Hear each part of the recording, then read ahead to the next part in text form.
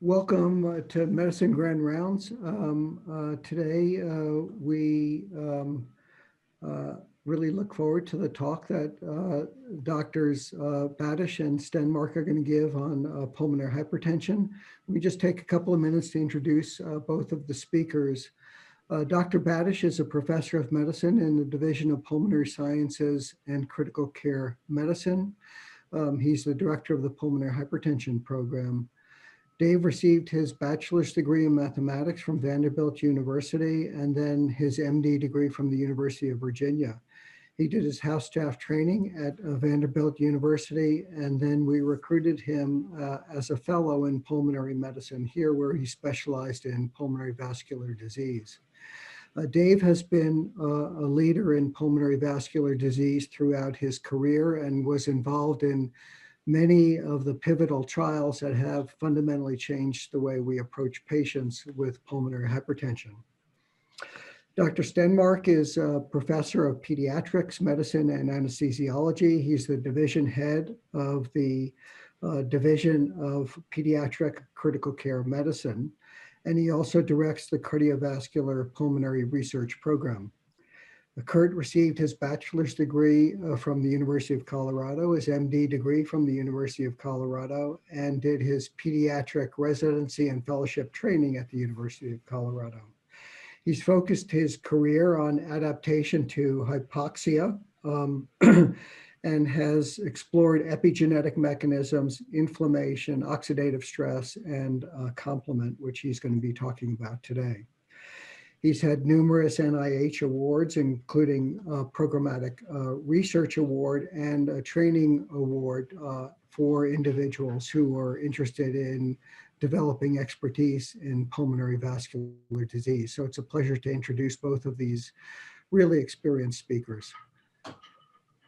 Oh, I should say before we get started, if you have questions, please put them in the chat box or the Q&A box. We'll be monitoring them, and I'll be asking those questions during the discussion period at the end of the presentation. Dr. Badesch? Thanks, David. I'd like to begin by personally thanking Kurt, not only for the opportunity to introduce his talk on inflammation and pulmonary hypertension, but also for his mentorship at the beginning of my career. That was over 30 years ago. Kurt has an amazing ability to excite people about science in general and pulmonary hypertension specifically. And he's done that for many trainees who now lead labs investigating pulmonary hypertension around the world. He's well known, being among the very best scientists, mentors, and speakers in the field.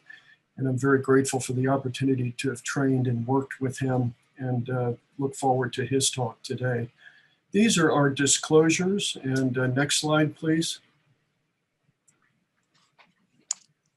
I'm going to begin the talk today with a case presentation. We often present cases at Grand Rounds that demonstrate our successes, and the last time I gave Grand Rounds, I presented the case of a young woman who survived 20 years following diagnosis. Today, though, I'm going to present a case that illustrates a persistent unmet need or therapeutic gap and the importance of ongoing research into the pathogenesis and treatment of pulmonary hypertension. So this is the case of an 18-year-old male from Idaho who was referred for further evaluation of pulmonary hypertension. He developed dyspnea on exertion while in high school as a member of the marching band. An echocardiogram obtained in August of 2015 showed a severely enlarged right ventricle with moderate hypokinesis, severe right atrial dilatation, and an estimated right ventricular systolic pressure of 110 millimeters of mercury. For reference, normal is up to 35. A ventilation perfusion lung scan showed only very small mismatched perfusion defects. A CTPE scan showed an enlarged right ventricle and right atrium, some scattered peripheral telangiectasia without frank arteriovenous malformations.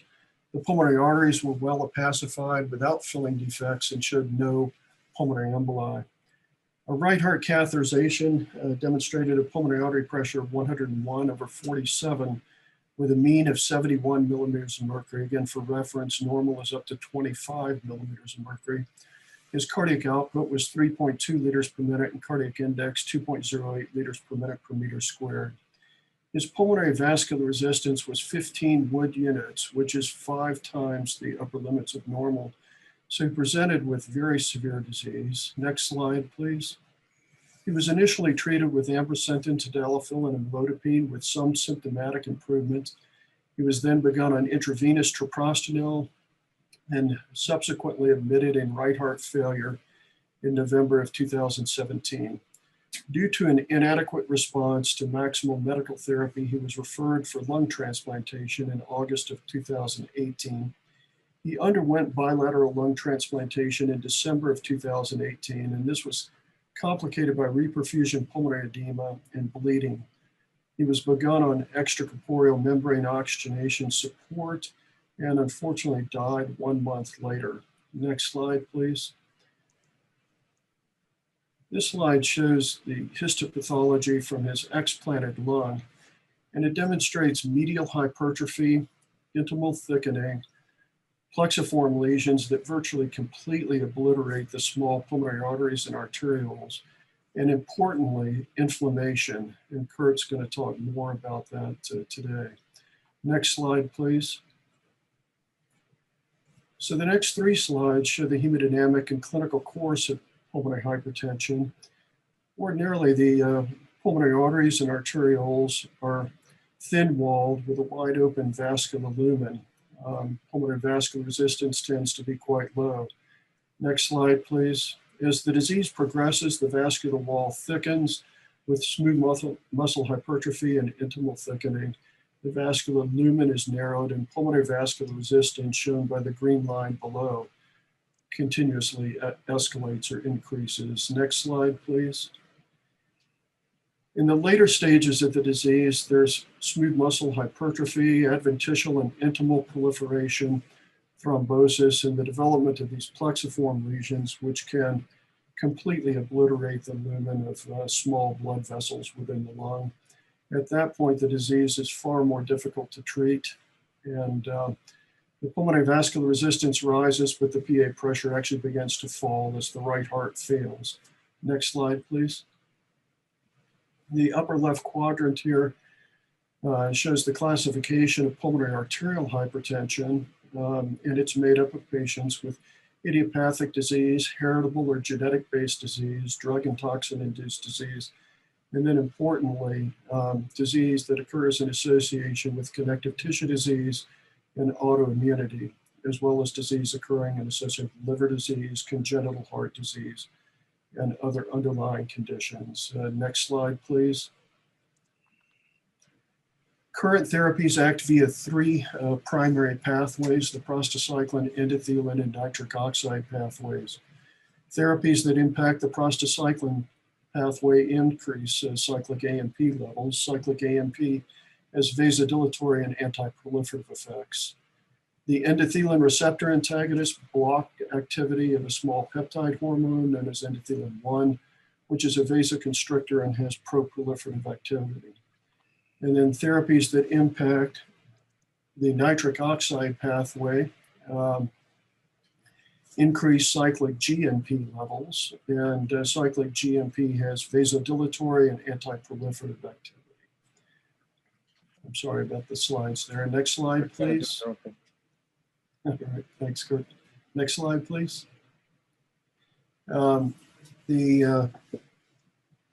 These 14 approved therapies now have been carefully studied, and this slide is from the 4th iteration of the ACCP or CHEST evidence-based therapy guidelines for the treatment of pulmonary hypertension. Next slide, please. So the current state of pulmonary arterial hypertension is that the average anticipated survival has improved from 2.8 years in 1991 to 7 years in 2012, and is likely substantially better today. Many patients experience significant functional improvement with current therapies, but understanding of pulmonary arterial hypertension pathogenesis remains incomplete. Some patients fail to respond well to current therapies, and there is no cure. Next slide, please.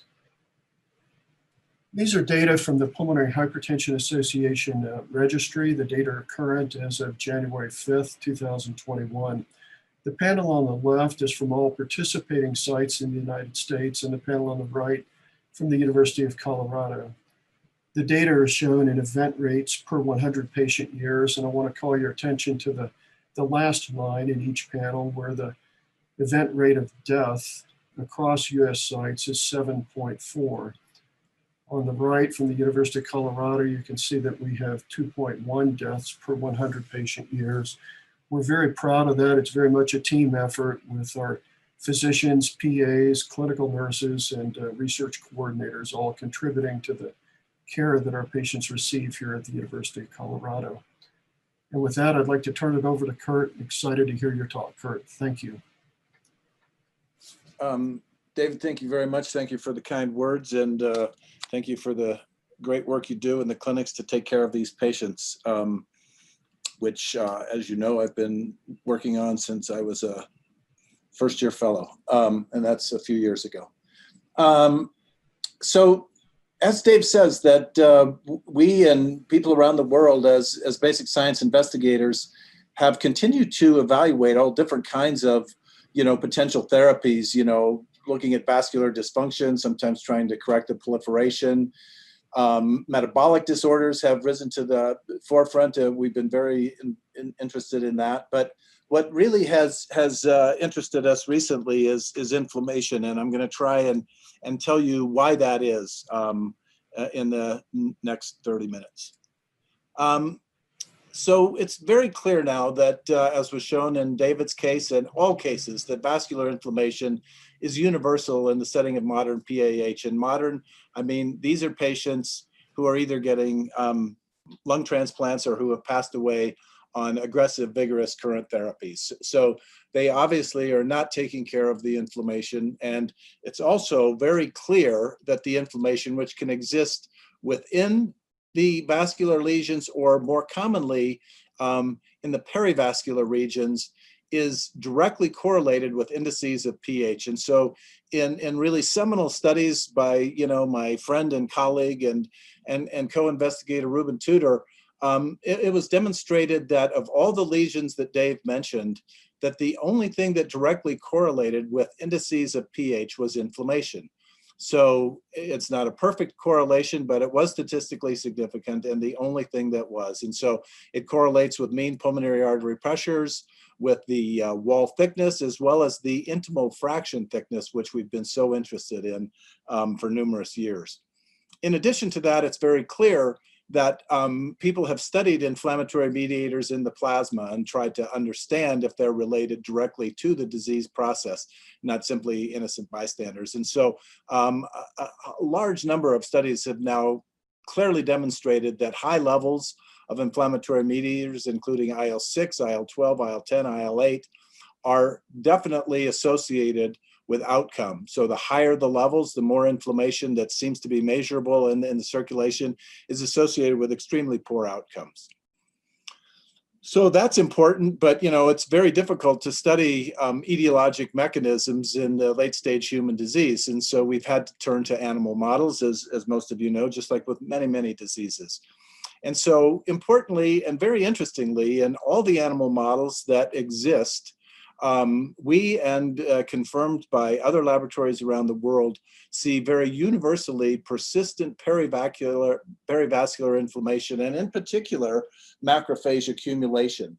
So this can be, species specific as you go up the phylogenetic tree, that the mouse, has this finding, but rats have more. And we study the bovine species because when I was interested in pulmonary hypertension in my residency, the world's best laboratory to study pulmonary hypertension was at the University of Colorado with Dr. Bob Grover and Jack Reeves and John Weil. And so that's who I chose to work with and have done a lot of work with the CAF model. And again, very interestingly, it's very similar to the human condition. It's important to note that inflammation goes hand in hand with the fibrotic responses around those vessels, which we think is contributing to the pulmonary hypertension. Where we got extremely interested a few years ago in the idea that inflammation was critical is that when my friend and colleague, long-term collaborator Maria Frid, took several approaches to depleting the circulating macrophages, in animal models, she showed that depletion of the circulating macrophage was then associated with almost complete protection against the vascular remodeling that was induced, at least in the animal models, of hypoxia. So the collagen went away, and fibronectin and tenascin. So we became extremely interested in how and why macrophages were recruited to the vessel wall and what they were doing to initiate and perpetuate the vascular remodeling. So people like us, said that there had to be reasons that inflammation, and if it was as important as it seemed, that there should be strategies in which we could block those circulating mediators, or probably local mediators that were contributing to the pulmonary hypertension.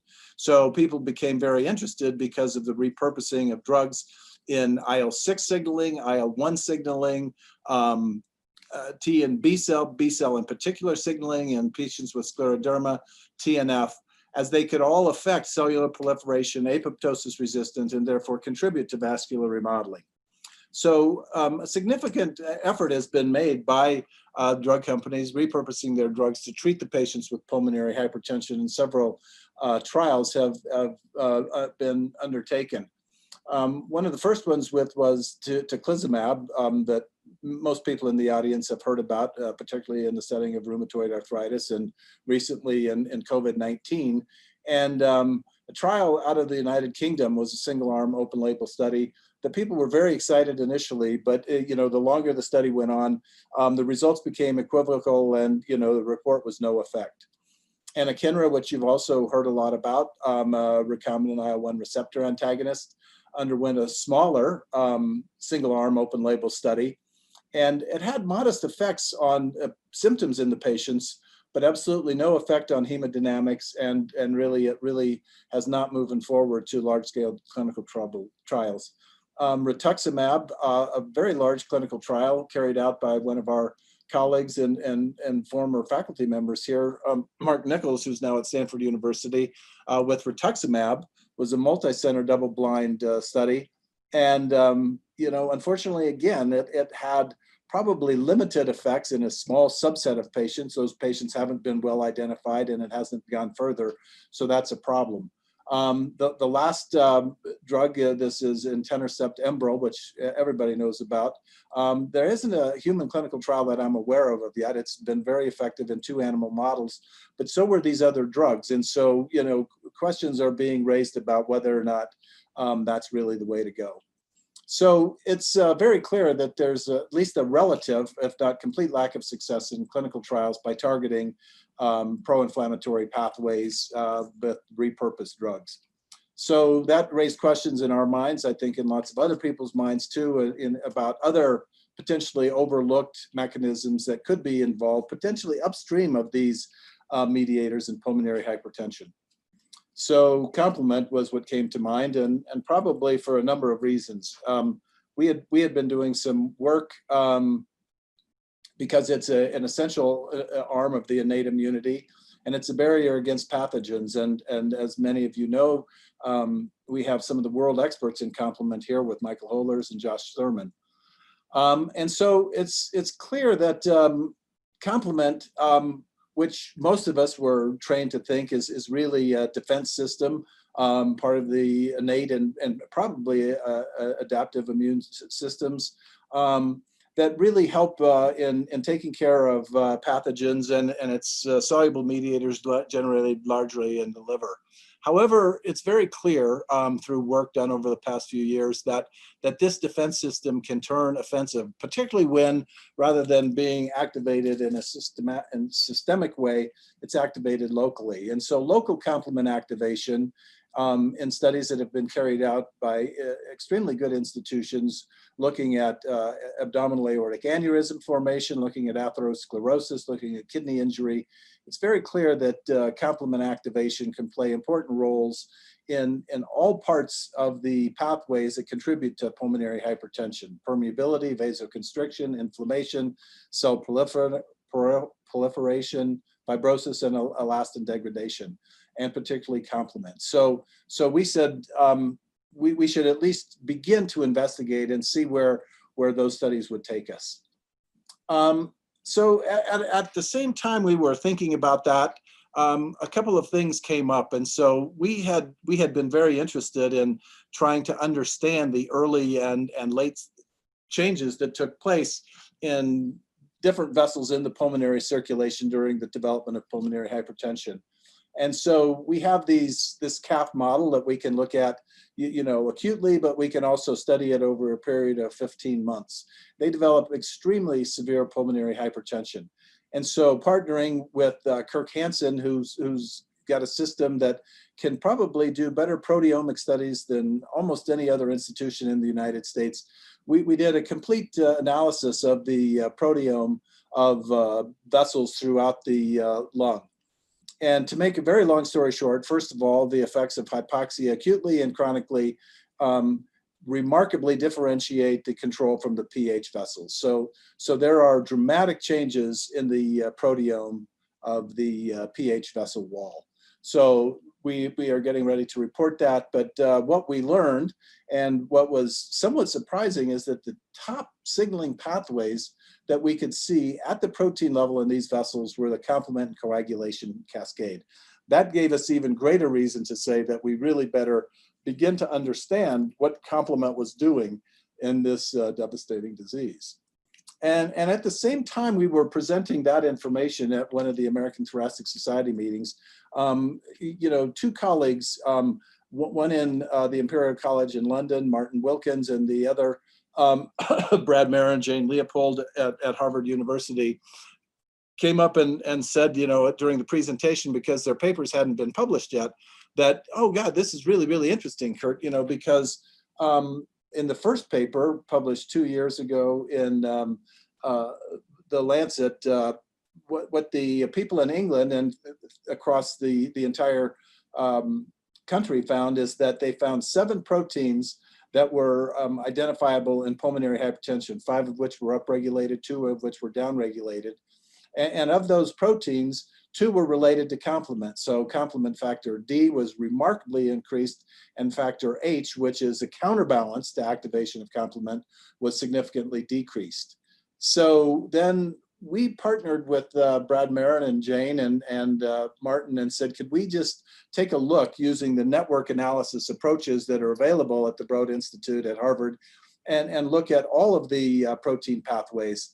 And what fell out is that Brad and Jane could identify a network which was clearly highly populated by complement genes, and that was associated with 2 different subgroups of patients that clearly differentiated their outcomes.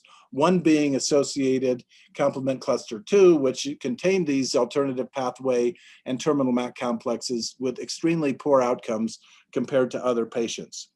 So that really set us in motion with regard to the studies we wanted to do. So now, rather than simply focusing on biomarkers and thinking that, yes, it looks like complement could be an addition to our armamentarium of biomarkers for pulmonary hypertension, we really wanted to determine then whether or not there is a role of local lung-specific activation of the complement system, therefore a destructive role that complement plays in the setting of pulmonary hypertension. So this is again important because we were lucky that we were working with Dr. Holers and Thurman, because they had developed for the first time some antibodies against the not soluble forms of complement, but of the final end fragments of complement that are bound to tissue surfaces and cause persistent complement activation and can lead to inflammation and tissue destruction. And so we looked across all of the mouse and rat and calf models that we were using, and other models as well. And consistently, in every kind of disease that we looked at, we saw this perivascular distribution of these activated complement fragments, suggesting that there is a pathologic event which is occurring in the lung tissue and specifically in the pulmonary vasculature. So we looked at the human at the same time, again with Ruben Tudor, the expert who had taught us about the inflammation. And interestingly enough, again, just like all the animals, we see this perivascular specific deposition of these activated complement fragments, implying a significant role for them in the disease process. So I'll just remind you that the mouse is a lot less intense than the other models, but it is present, and it does give us the chance to then utilize all kinds of animal models in the mice that will inform us about the role of complement in the disease process. So not to belabor this, and we could spend days, and many of you probably did in medical school, about the complement cascade activation, but there are three pathways in which it's classically activated. There are probably at least one or maybe two others: the classical, the lectin pathway, and the alternative pathway.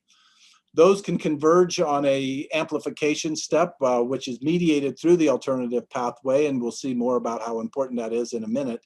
And once activated through that alternative pathway, a series of molecules are generated, the anaphylatoxins that are really important in inflammatory cell recruitment, phagocytosis, and then it goes on to what's called the terminal pathway, or the membrane attack complex, which causes tissue destruction and can be good if it's getting rid of a bacterial organism, but can be bad if it's active in the vasculature.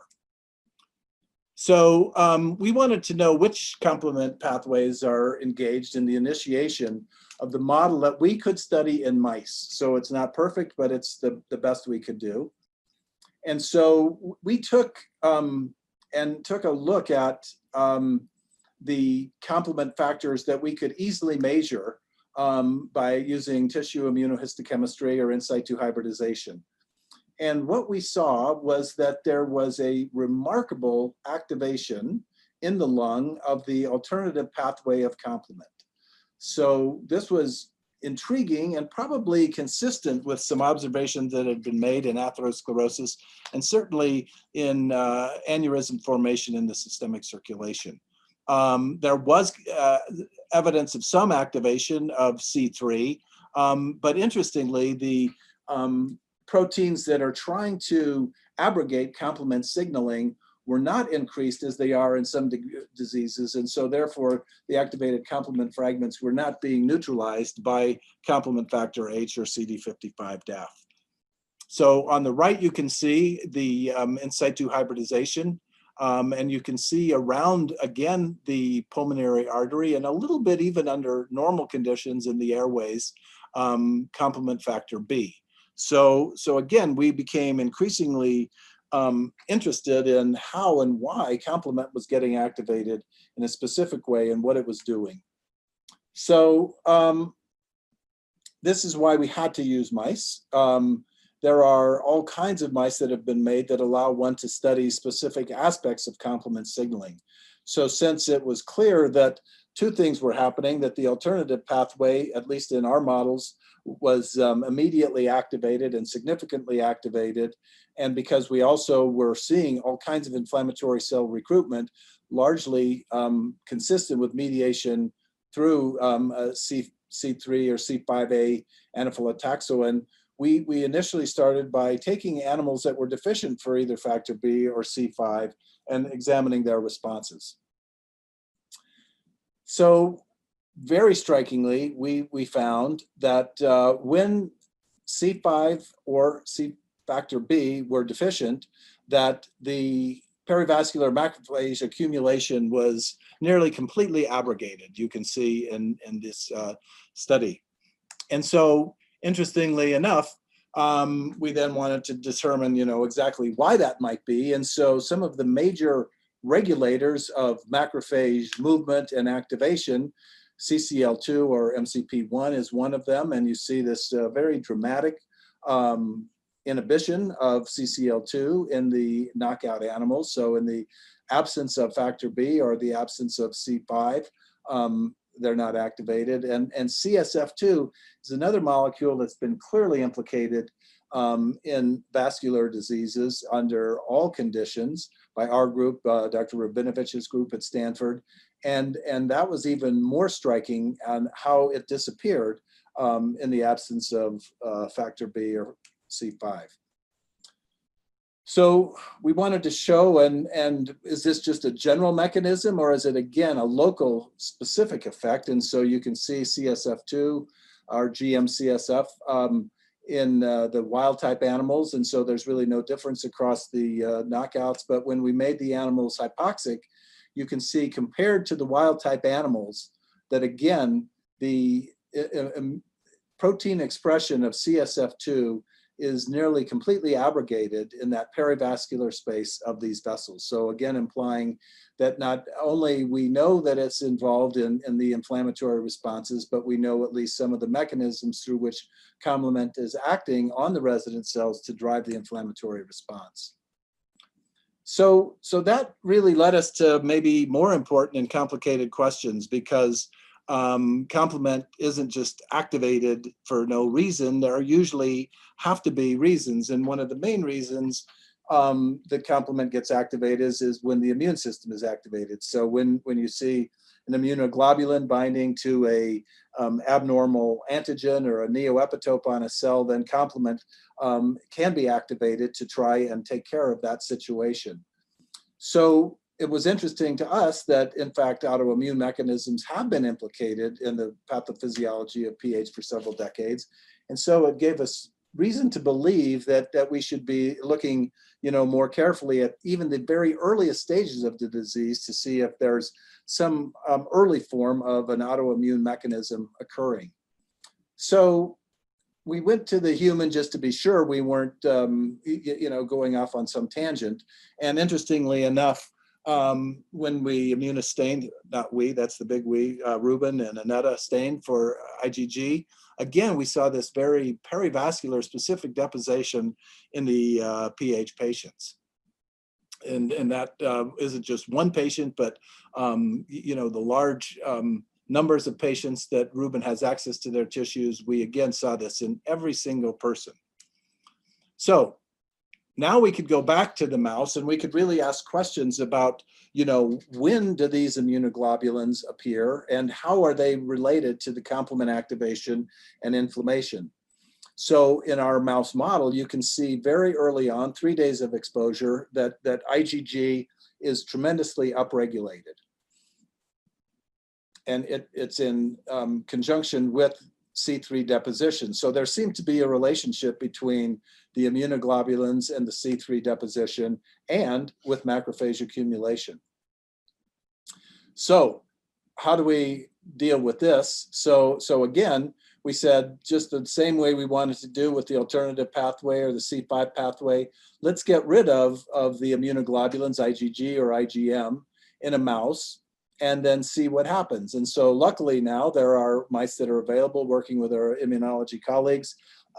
We had what's called a MUMT mouse, which lacks mature B cells, and thus it lacks all circulating immunoglobulins. So now, interestingly enough, when we make that MUMT mouse hypoxic, there is virtually no perivascular deposition of complement. There is no increased macrophage accumulation, and it's nearly completely abrogated. Chemokines and cytokines, CCL2, CSF2, again, dramatically reduced. So again, consistent with complement activation, but now why complement is getting activated, we see that there is protection. So most importantly, we then said, well, okay, if this is really true, if we reconstitute this mouse with normal circulating immunoglobulins, and in particular IgG, what would happen? So when we did that experiment, a wild type-like pro-inflammatory phenotype was observed. So we restored IgG deposition, C3 deposition, and again, marked increases in macrophage accumulation, which were associated again with the increases in the usual chemokines or cytokines that are associated with inflammation. So as a summary to this part of the talk, I can say, unequivocally then that hypoxia seems to cause some kind of cell damage and must be associated with exposure of some kind of neoantigen, neoepitope on the cell surface, which is recognized by circulating immunoglobulins, particularly of the IgG, but potentially of the IgM class as well. That leads to activation of complement in the local circulation and the release of cytokines and chemokines and perivascular recruitment and activation of macrophages, leading to the inflammation and remodeling, at least so far in these mouse models. So the real question is, what is going on with this perivascular activation, and what are the mechanisms that could drive this persistent activation in that very unique and local space? So we had been interested in these observations for quite some time. And so obviously the cell type of most interest in the adventitia is the adventitial fibroblast. And we had evidence that adventitial fibroblasts that were derived from the pulmonary hypertensive vessel wall as opposed to the controls, you know, are exhibited ex vivo an activated phenotype. And one aspect of that phenotype is that they had very potent effects on being able to drive naive macrophage polarization into a pro-inflammatory, pro-fibrotic phenotype. So how was this happening? Well, you know, people had become interested over the last few years in how soluble mediators and even proteins and microRNAs could be transported not only in the circulation, but in the local microenvironment to cause longer lasting effects than a soluble mediator, which would be quickly broken down. And so exosomes, or small extracellular vesicles, have been highly implicated over the past 2 or 3 years in inflammatory diseases. And that's because exosomes can have different effects depending on the cell type that's secreting them. They can be pro-inflammatory, you know, and so epithelial cells, cancer cells, fibroblasts, T cells, macrophages, smooth muscle cells can all release pro-inflammatory exosomes that have effects on target macrophages.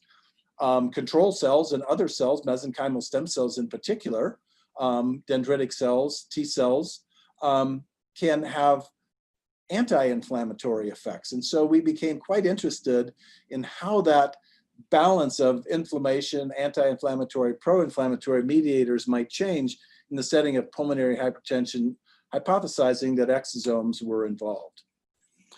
So through a long process, we were able to purify exosomes from both control fibroblasts and from pH fibroblasts. And again, that would, we thought, maybe provide insight into some of the mechanisms that were involved. So the exosomes that are being secreted by the pH fibroblasts, when we did a mesoscale protein analysis, consistently and sometimes very dramatically had extreme pro-inflammatory effects compared to control fibroblast exosomes on this. So importantly, part of macrophage disease process is mediated through a change in the metabolic phenotype. And those exosomes also had tremendous effects in moving the macrophage to a glycolytic, pro-inflammatory, pro-fibrotic-like phenotype that had been described in the literature. So just to prove to ourselves that it was the exosome and not some soluble mediator that we were just missing, we could treat the cells with a specific inhibitor which prevented the formation and release of exosomes from cells. And when we treated the pH fibroblasts with that compound, and then took the conditioned media, then we found that the inflammatory polarization was largely abrogated. So that gave us, again, pause that something was being made and packaged into these exosomes that was directing the inflammatory response.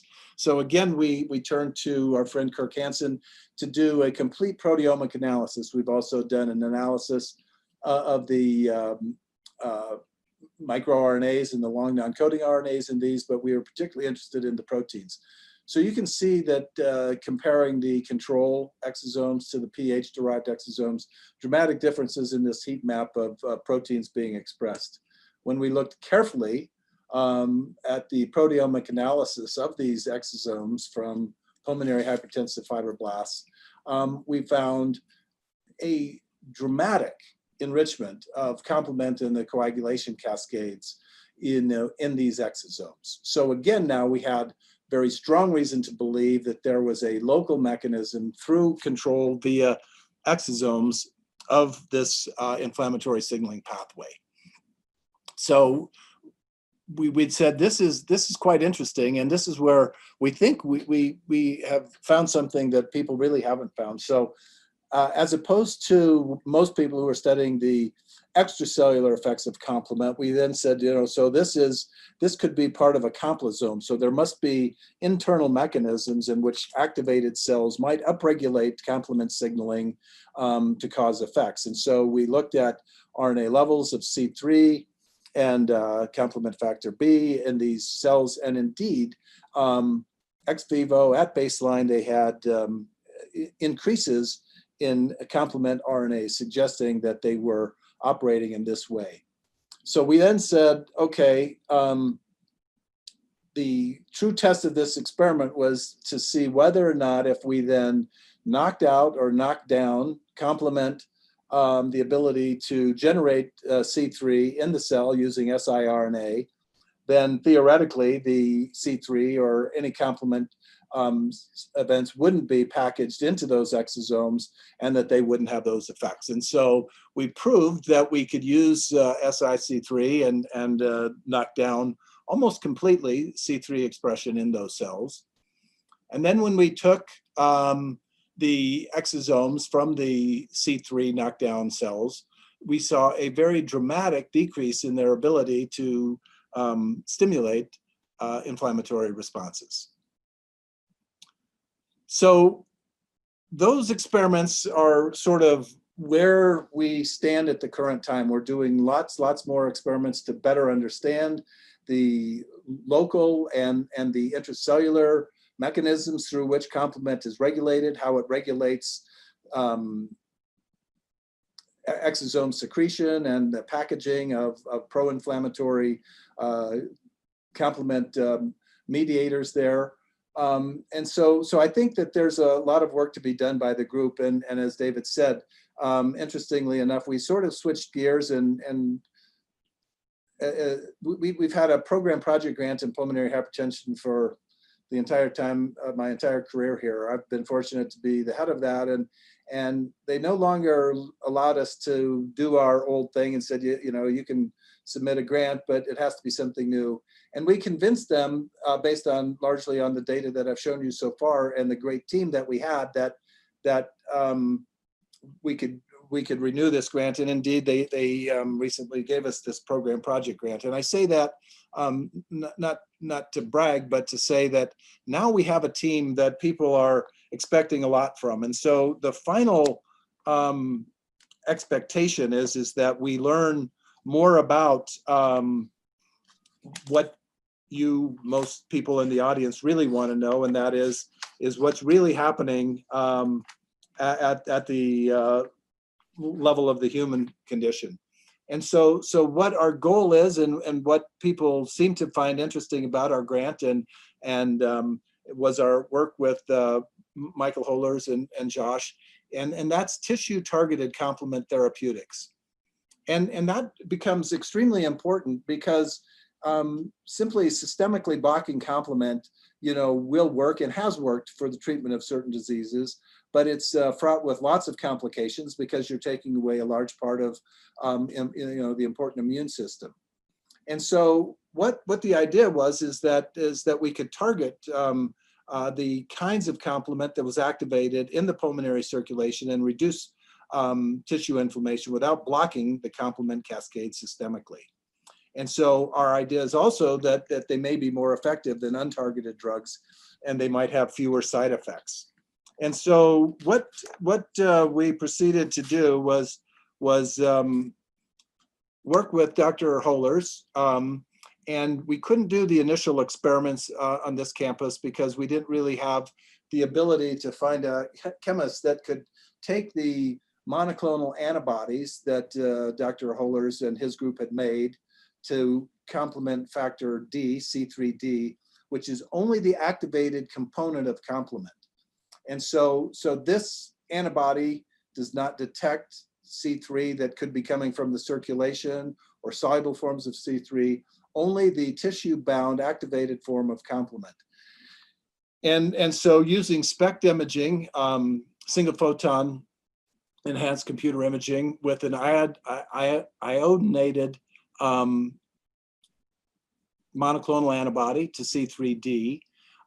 They had a mouse model of tuberculosis, and previous experiments had demonstrated that tuberculosis was associated with a very large complement activation. So now using this SPECT technique, which we're trying to bring to the University of Colorado now that we have radiochemists that can do these experiments, they found in these experiments that there was a way to label and determine exactly where C3 was being activated in the lung. So that's the first step towards being able to do a personalized targeted therapeutic approach to complement. The next is to make even better targeted antibodies. And this is again where Dr. Hollers, his companies, and Dr. Thurman have come in. And so they've made what I think is probably the best and most efficient targeted inhibitor so far, and that is that they've been able to take the complement receptor 1 and 2, which would then allow you to target any place that there is complement in the classical alternative pathways being made, and probably the lectin pathways. And then they attached that to a complement inhibitor. And so now you have the ability to take a drug which can target only the activated components, C3D, or insoluble C3b, and target it specifically. They proved this worked in a mouse model of arthritis, and we'll soon be looking at this in pulmonary hypertension. So our long-term goal is to move from understanding the basic mechanisms to really understanding what's going on. So that's, whoops, the last slide. So my conclusion, number one, if we haven't learned anything, it's number one, that complement can be measured in the plasma, and it's an extremely good biomarker. And particularly when we sort of move to a network medicine approach and look at several protein components and associate them with survival, that it's a good thing. So if we haven't learned anything else, that we know that complement is a predictor of disease severity and progression. We also know that in all the animal models we've looked at, and particularly in the human, that there's activated complement deposition. So this is very clear, and it's in a very specific manner. It's this perivascular specific manner. And so far we know that almost universally seems to be associated with inflammation, with production of inflammatory mediators. And right now we're trying to determine exactly what is going on. It looks as though at least some of that perpetual accumulation of these activated complement fragments could be due to the fact that these exosomes are packaged, released, and could be binding to the local microenvironmental conditions that exist. And then lastly, I'll end by saying that I really believe that over the next 4 to 5 years, that working together with the extremely good group of investigators we have here, that we will be able to image patients, we will be able to determine whether or not complement is involved in their disease, and we will be able to target specifically the kind of complement inhibitors they need to get rid of the disease. So with that, I'd like to acknowledge the people in my laboratory, in particular, Maria Frid, who really led the whole group of people, this whole program project grant, through the exciting preliminary data that got us all fired up about this. So we work with lots of other people, as I mentioned, Ruben Tudor, Brian Graham, who unfortunately is now at UCSF, Claudia Michael. I mentioned that we really couldn't do the protein work that we need to. We can't do the metabolic work that we need to without Kirk Hansen and Angelo D'Alessandro, and I've already thanked as profusely as I can Mike Hollers and Josh Thurman for their input and their innovative thinking about how we can move to this. I also have to acknowledge that there would be no reason for us to be doing this work, no reason for this large team of basic science investigators to be pursuing these ideas in pulmonary hypertension if we didn't have this superb, unbelievable pulmonary hypertension clinical research program led by Dave and Todd and Jack, Jim Maloney, lots of fellows, lots of advanced practice people, and as David pointed out, that they've led the way with innovative clinical trials, for their entire careers. So with that, I'll end. Okay, Kurt and David, thank you very much. This was a really fantastic presentation that demonstrates the importance of understanding the mechanism of a disease and beginning to design therapeutics around that mechanism. Kurt, if you could summarize the facts that tell us that this is cause as opposed to effect in terms of complement. That it's cause as opposed to effect. Cause of pulmonary hypertension as opposed to pulmonary hypertension and remodeling, as opposed to the effect of remodeling resulting in inflammation and. Okay, well, so that's the crucial question, that people have asked, and a lot of people wanted to say, well, the inflammation just went on. So, in my opinion, and we had to look at the initiating events to really study cause-effect relationships, and so for me, at least, maybe I didn't convince you that the proof in the pudding is that when we abrogate specifically classical and alternative complement pathway signaling, and then give a stimulus that should result in inflammation, and that inflammation has been associated with progression to fibrotic changes in pulmonary hypertension, everything went away. So as far as I'm concerned, I would say that local complement activation in my mind is cause and is not the result of established pulmonary hypertension and release of some late stage cell mediated damage associated molecular pathogen which could be activating complement. So that's probably the best I can do. Mm-hmm. Tell us a little bit more why Rituximab didn't work or other anti-inflammatories didn't work, and why tissue-specific complement blocking inactivation will work.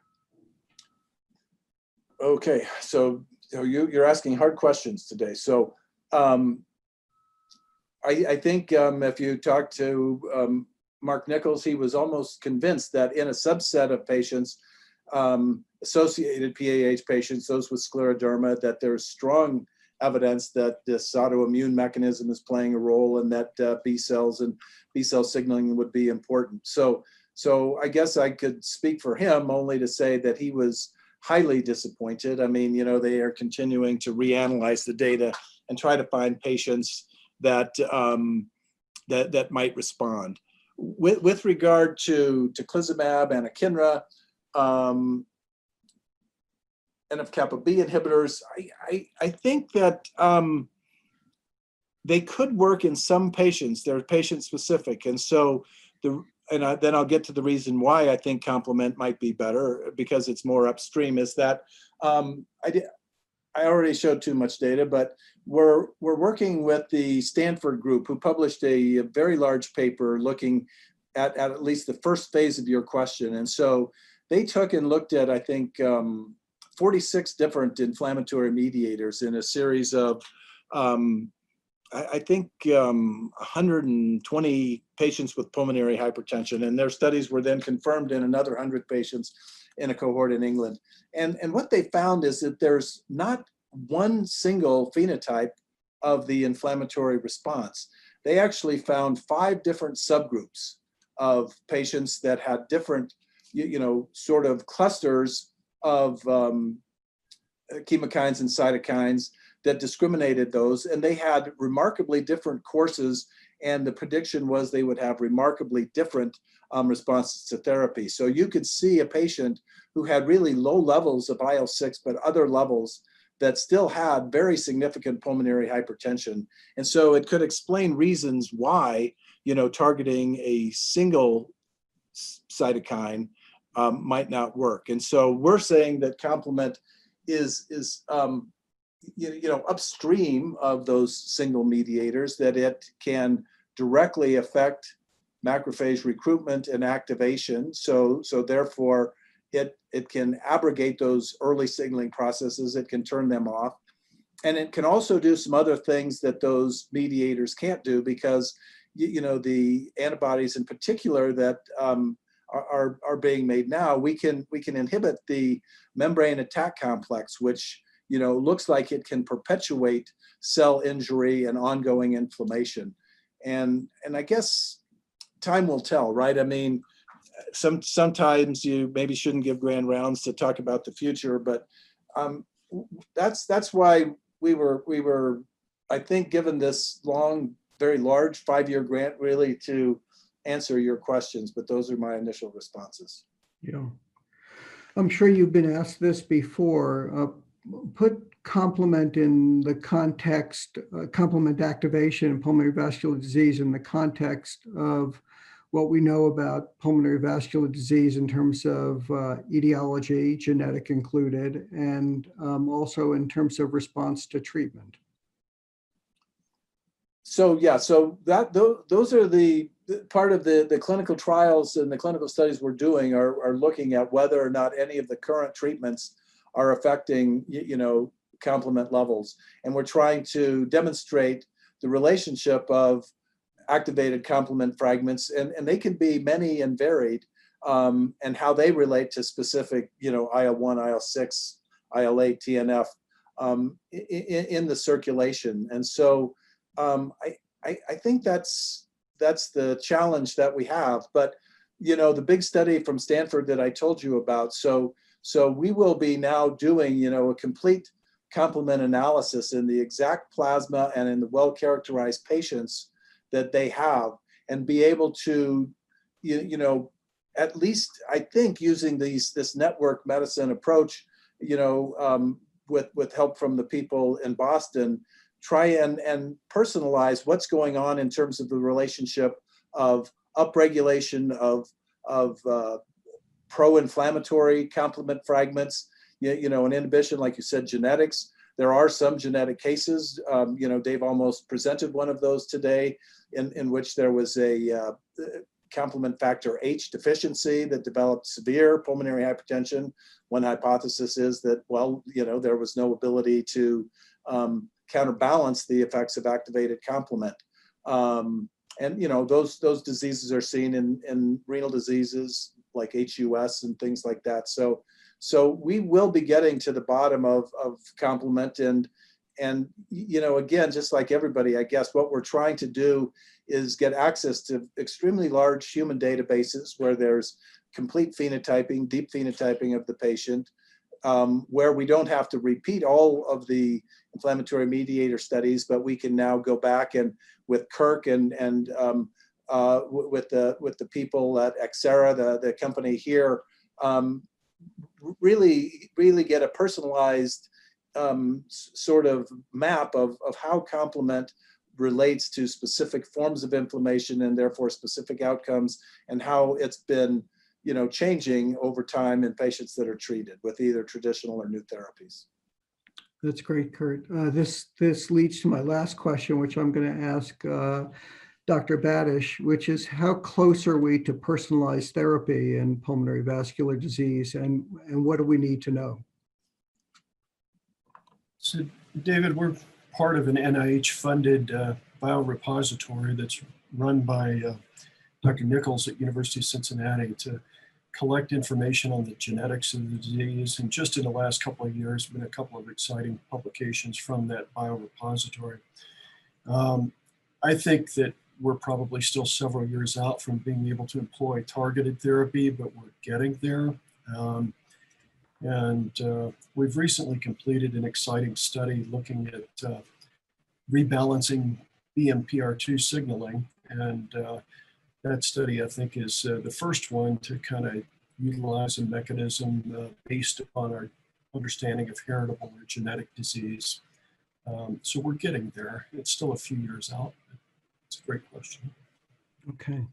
Well, this was a really terrific discussion. David and Kurt, I want to thank you for all the effort you put into this and for your ongoing work. It's really state of the art, and hopefully it will change the field. Thanks very much.